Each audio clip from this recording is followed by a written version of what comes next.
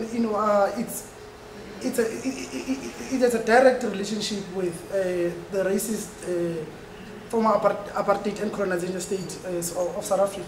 So I think if we're going to resolve these issues, we need to look deeper into the legacies and the history of apartheid and colonization.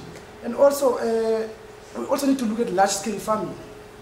That generally, you know, it has been proven that you know, large-scale farming, you know, the large-scale farmers haven't really worked all the land, you know, that they own. They will work as much as they can and generate profit from that. Other parts of the land that actually, you know, are in their reach are abundant because of they don't actually need to work the land to make the money that they want. So there are many factors that we can look into the livelihoods and agricultural sector. So I think we just need to expand our lenses and it also speaks to the failed land reform and land redistribution program of South Africa. Thank you. I want to follow up on, so I'll be very, very brief because, you know, the problem, I mean, I think when you look at white farmers, so, you know, Kally had a wonderful phrase that they're on the right side of the law but the wrong side of history. Now I'm afraid, you know, ornithologists are also on the right side of the law but the wrong side of history. And Dugan, it could be said that the Department of, you know, in some bizarre respects, the Department of Water and Sanitation and DEA are on the wrong side of history. The problem is that white farmers, you know, white farmers are not citizens. I mean, you use that phrase as well, Kally, of course they're citizens. But I think we have to think about them as an apartheid elite. They were a rural elite. And their power is being taken away by a new elite, which is, in this instance, you know, it's black miners. Now, that's, as you point out, it's not, now this is the tragedy of land reform, because if that land, there isn't a viable political constituency on the side of the land, on the side of the water, on the side of the environment. If land reform had actually been pursued very aggressively, and you had a large majority of big black commercial farmers, I mean, you know, it's not so easy to create a class, you know, in 20 years of democracy, but if that had been the case, you might have had a different political constituency with a different class that could stand for the land and stand for environmental affairs. You know, it's not just a technical issue, it's a political economy issue. So, you know, and I don't know, you know, so, I mean, that's, so as an academic, I love your question, Dugan. But I don't, it requires a historical answer, which is a very difficult one to provide. And that's the tragedy, you know, it's the tragedy of, you know, as Silo says, apartheid's destroyed our future in ways that is very difficult to deal with. By the way, one other thing, Chairperson, you've continuously praised Raid's foresight, and indeed it does need praising. But we should also be praising FES's foresight, because this is a jointly funded project. So I would just like to make that point as well. Thank you. And I said that FES provided both physical and intellectual stimulation. No, because FES also funded the research that I'm making that point, not just the research. They're not just the providers of food support. Kwesi, is your point on this, or, I mean, I'm really finding this difficult, because Somabili was next. No, I mean, I'll be very brief as well, because I think that the two speakers just raised most of what I wanted to raise. But I also want to problematize a bit the question of white workers as of white farmers as being in a particular disadvantage. Because I don't believe that if you have abundance of land, ownership, under private ownership, you could be completely disadvantaged when that land is a target, I mean, for mining. Because I do think that some of the farmers, I mean, I assume that some of the farmers may have used this to their own advantage to be bought out of farming. Because farming does take, I mean, a lot of effort. Maybe it could be, or to invest elsewhere, or to even inflate the prices, or even some of them are making good profits from the rents. I mean, I'm just assuming that those could be happening. I do not think that they are completely disadvantaged. I mean, this is just an assumption. Only critical. So can I just start by saying this is a fantastic presentation. It's really well focused, and I think it's very important to draw the lessons from it. So starting with that. Secondly, Who needs Donald Trump to discover how to weaken regulation? I mean, we've given him the case study of how to do it. He's just about doing it. He's busy destroying the EPA so that people can't monitor and enforce. So, you know, this is a global issue. What I'm concerned about, to the extent that I think needs to go forward, is that we have to be clear that we're in a South Africa where we are concerned about jobs, as you correctly report. We're concerned about economic transformation, whatever that may mean. And hey, we're also concerned about keeping the lights on. And for the next 10 years, we'll need to have coal somewhere, taken from somewhere to help us. Keep the lights on. Question: what would a progressive and rational states do in the current circumstances, given the fact that we've got a huge amount of coal scattered all over the country, given that we've got a lot of capacity to dig it up and take it to where it's required? Why do we see it being mined in one of the most agriculturally productive areas of the country? And how should a state, and how perhaps is the state considering responding? Now, Carl will remind me whether the NDP actually did say, the National Development Plan, that we should look more carefully at where coal is mined, and that we should use approaches like strategic environmental assessment to say it is not particularly appropriate to destroy your best agricultural resource when you can go to some dry bushveld which supports 1 cow for every 20 hectares, which we could do. And I just wonder how we introduce into the discourse, rather than attacking an activity which creates jobs, which creates economic opportunity for black capital to enter, which keeps the lights on, it seems unhelpful to attack those three dominant forces in the society when there are alternatives. And I don't hear sufficient discussion of those alternatives. And I think this kind of study would dramatically inform a really serious study of what are the options, what could we do differently, and what should we be doing differently, where we could actually bring far more forces together.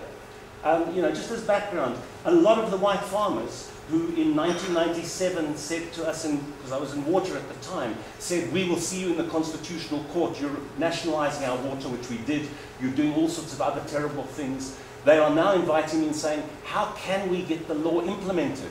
It's a wonderful turnaround. White capital wants the Constitution to be implemented in a sort of structured and predictable way. So you have potential allies if you structure your strategy appropriately. So that's a constructive suggestion, just for a change, Jackie. We discuss ecological issues, because the reality is that the expansion of the extractors is related to issues such as jobs, economic transformation, and so forth. So I don't think it's helpful to just move from a purely ecological perspective. We should look at systemic alternatives that also answer, I think, the political economy question. Because the state is reacting in a way or that sustains the dominant sort of discourse around jobs and economic transformation. I think that's very important. Except I don't think anyone has said we should look at it purely and you criticize it from only a purely ecological perspective. You legitimize the argument that this is only a middle-class sort of initiative that is divorced from people's historical struggles. Okay, yeah. Sorry, Paul, I forgot you. You had your hand up. The state, progressive state doesn't have a solution. We go mining back underground again. It provides more employment, it's more capital intensive, and that's a real possibility, but no state is going to be able to challenge capital in order to do that.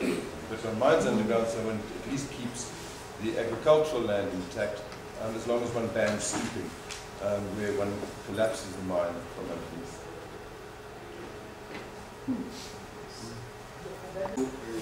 Confront like those big elephants in the room, for instance, your Anglo-American, for instance, you know the elephants escalated because of the triggering of the integration of the climate policies as well.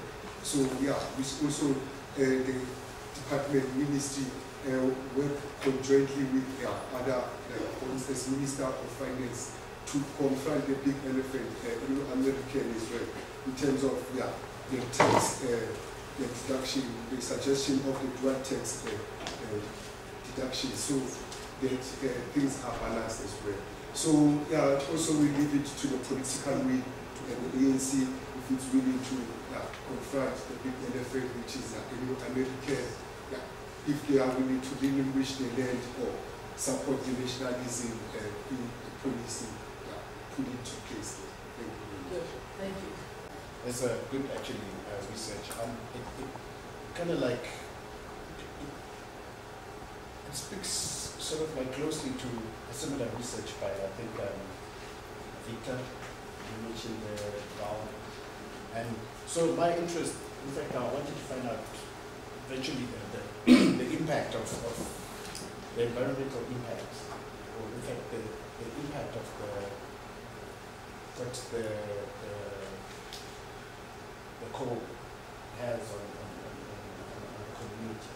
Like the way Victor looks at it, when he goes right into it, he looks at the community, the surrounding community of the power, the still how it actually directly impacts on families and their health and stuff like that. And going back to, I think on a macrocosmic sort of like level, what has happened is government does, I mean, they adopt the neoliberal system, which I think actually is the problem behind all this. Because they absorb power and they give it to these corporates. And it's understandable when they do it, when they give it to the MNCs and stuff like that, because, I mean, these are big capital. But now when it comes to these sort of your SMEs type of your medium enterprises, it's also baffling how they absorb their power to sort of like medium enterprises. So, but then my concern was on the impact of the communities, the health effects on the communities. What does this what does the coal or the environmental pollution do? Great work, but we should not lose opportunities to critique the focus on gross domestic economic activity or GDP growth, because part of our problem is that people are just looking for the money to come out and not looking at it in the bigger picture of net value. So, I mean, this is a great case, an example of it, but it would be worth looking into the dynamics that allow mining to be, as you pointed out, it's where the big bucks actually made quick. That's where they mainly get their power. Just one other thing, did anyone mention that you spoke to, or is there any prospect of using something which should help us do what Mike Muller was saying, the SPRUMA, the Spatial Planning and Land Use Management Act, which was adopted a year or two ago, and people have been saying, well, this is the kind of thing where we look at how we're using our landscapes and whether mining should be something else. Does there seem to be any use of that, or is that just another nice piece of paper? Look, thanks people, these are great questions. Can I give Lesego and Kally a minute to respond over breakfast? Lesego. Okay, quickly.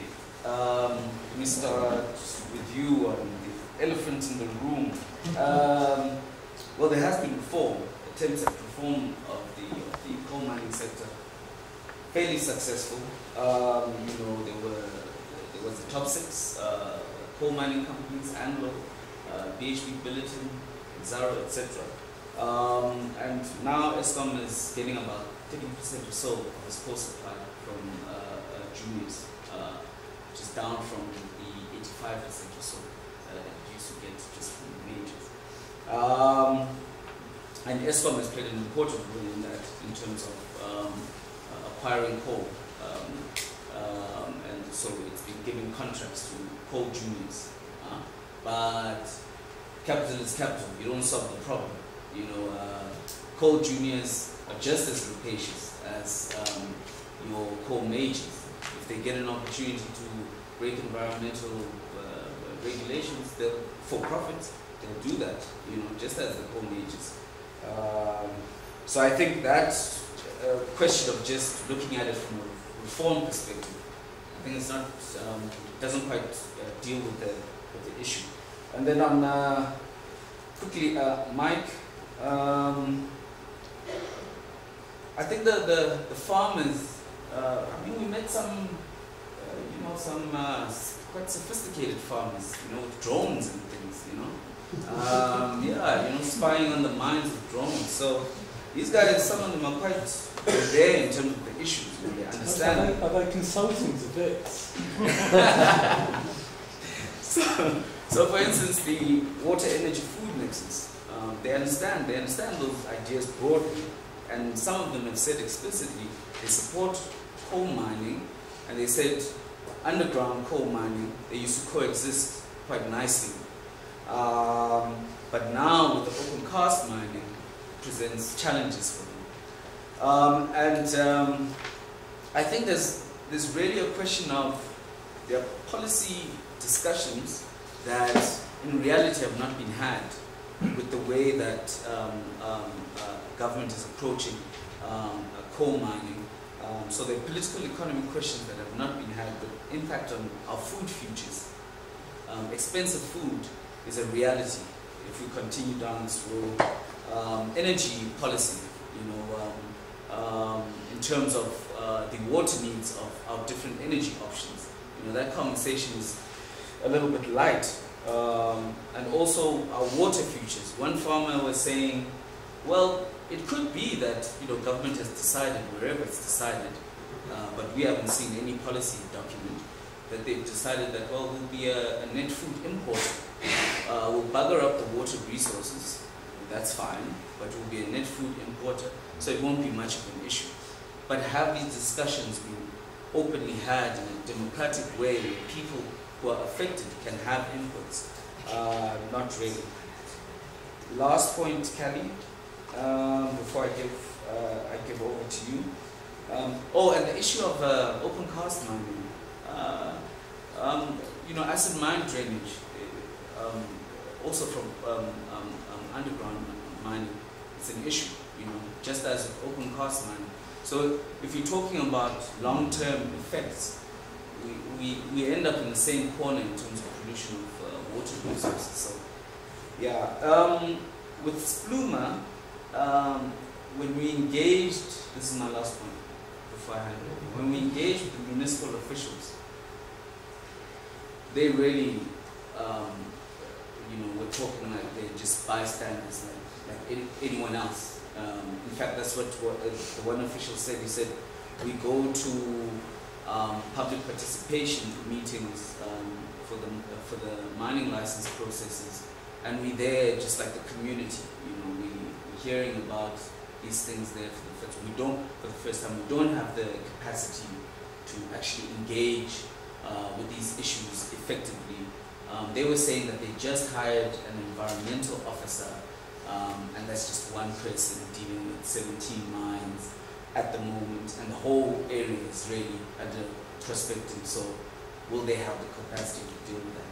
But also the core of the issue is the hegemony of the DMR mining. So Spluma is just a piece of legislation on paper. In this case, we don't know about maybe elsewhere it might be different, but in this case, definitely. Yeah, it has to be very quick. And Mark, your question on how do we keep the lights on and how do we ensure jobs? I think one of the things is that agriculture, and we were told this a lot out in Durban, could be massively expanded. So, for example, soya beans apparently are in demand worldwide. They grow very well in that area. The soil is very available to it. And they felt that there could be, first of all, massive job expansion and a shift in what actually contributes to the GDP. But one of the problems is when we talk about we should shift mining elsewhere with a 1 or 2 cattle, is that unfortunately it's a sort of accident of geography that the rich coal seams are under the rich soil, and in fact the richest coal seams are under the wetlands.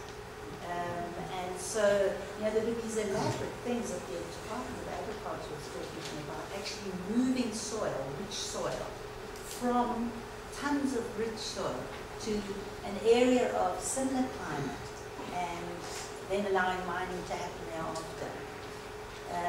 So it's like that accident of history, say, of geography, and that you're going to have to therefore deal with it. And it is a land use choice. Are you going to choose to promote agriculture? Are you going to choose to promote mining with all its impacts? And at the moment, the choices, for various reasons, are going in that direction. And I think that, you know, the kind of pushback coal argument is a good argument, that you can't just willy-nilly give licenses out everywhere, that where you've got delicate water catchment areas like this, where Delmas is, the minister does have the power to say it's no-go for mining.